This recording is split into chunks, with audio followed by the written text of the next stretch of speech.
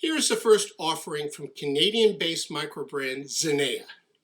Many reviewers have touted the Zenea Eula Diver as one of the best microbrand dive watches of 2020. Let's take a look and see if I agree on this episode of Adventures with Time.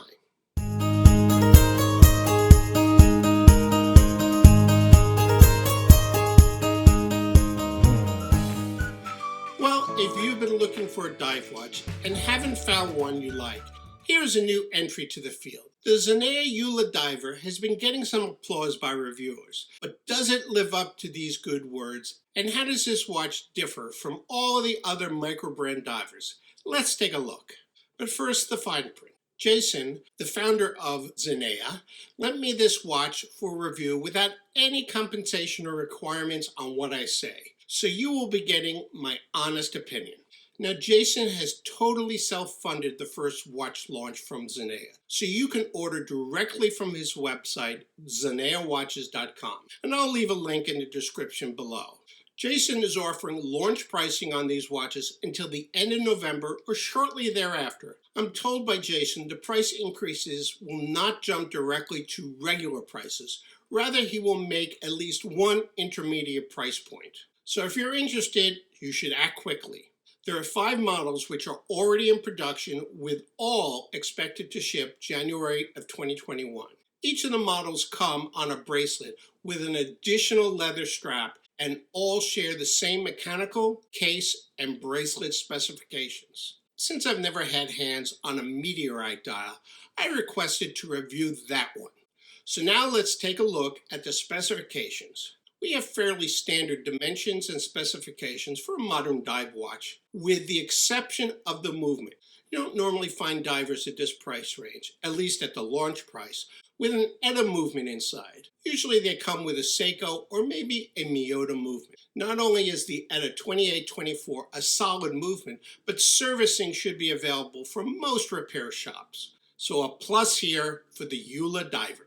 Next, let's look at the design. This is something that is going to be fairly subjective. Although the overall appearance of the Eula Diver is similar to many other divers, I think the Eula Diver has some nice touches to mention. Some, at first, won't be so obvious, but they provide a bit of hidden interest and points of conversation. Others are more apparent and important to the feel of the watch on the wrist.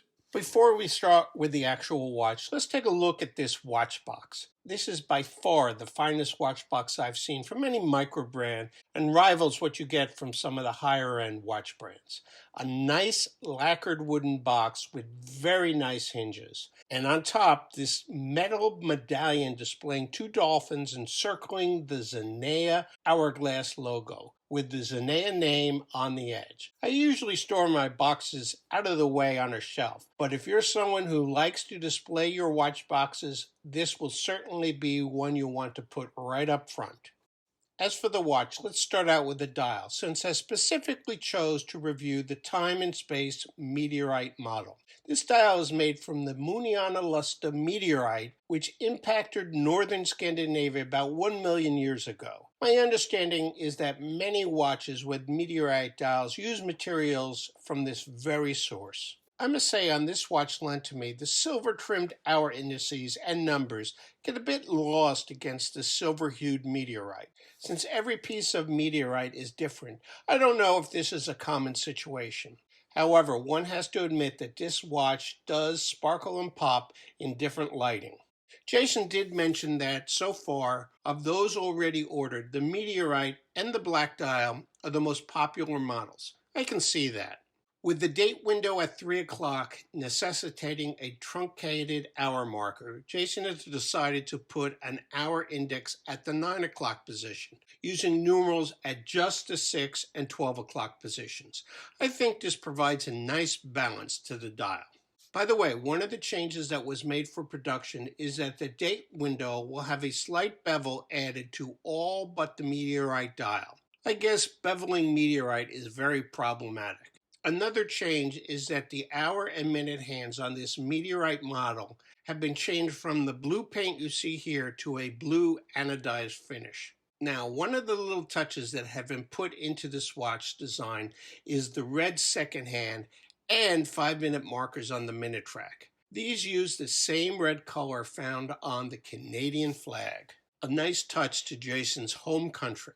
You have a nicely finished case that has polished sides and a nicely beveled edge with a straight brush finish to the top of the lugs. These lugs have a very nice downwards curve ending up just below the case back, allowing the watch case and bracelet to nicely hug one's wrist. There are some beefy guards on the sign crown, but I find them to be quite pleasant looking. And on the production models, this screw on the crown will be anodized red to warn you if the crown has not been fully secured into the case. We'll have to see how evident that red is on the production models, but I think it's a nice detail to include and something that separates the EULA from other dive watches in the same price range.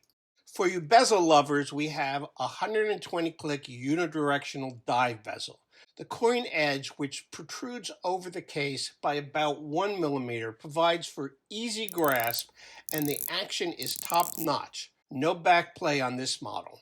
And for you lume fanatics, we have Superluminova BGW9. Now, although this prototype has 2 colors of lume, the production model will use just the green as shown on the hands. And in case it's not bright enough for you as is, the production models will have additional layers added to the hands and the hour indices. So be careful you don't blind those pilots flying over your house. We have a screw-down case back with the same artwork as on the case medallion. That is 2 dolphins encircling the Zenea Hourglass logo. Now, another nice little detail, I think, is that along with the specs on the edge of the case back, we have the sayings, "Because time matters," and "First production." In addition to a leather strap, which I'll show you later, the watch comes with a bracelet that has brushing on the top and polished sides that matches the case.